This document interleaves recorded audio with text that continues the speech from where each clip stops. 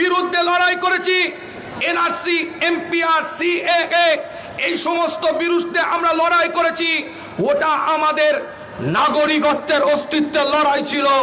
আজ ওয়াকফ বিল যদি member of পার্লামেন্টে সমকমিতার মতন নোংরা বিল যেমন পাশ করা হয়েছে, পরকীয়ার মতন নোংরা বিল যেমন পাশ করা হয়েছে, সেই রকম যদি ওয়াকফ বিল মেম্বার অফ পার্লামেন্টে পাশ করা হয়, মনে রাখবেন আমাদের লড়াইটা তখন ঈমানের অস্তিত্বের লড়াই দাঁড়িয়ে যাবে।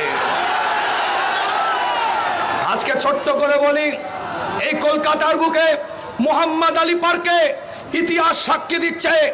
আজ আমার পূর্বে বক্তব্য দিতে দিতে জনাব সিদ্দিকুল্লাহ সাহেব চৌধুরী সাহেব, ওনার সাথে আমার একটা সম্পর্ক আছে, আমার নানা জানের সাথে ওনার ভালো সম্পর্ক ছিল, সেদিক থেকে আমার সাথে একটা ওনার পরিচিতি আছে। উনি বক্তব্য দিতে দিতে জামিয়াতে উলামা হিন্দের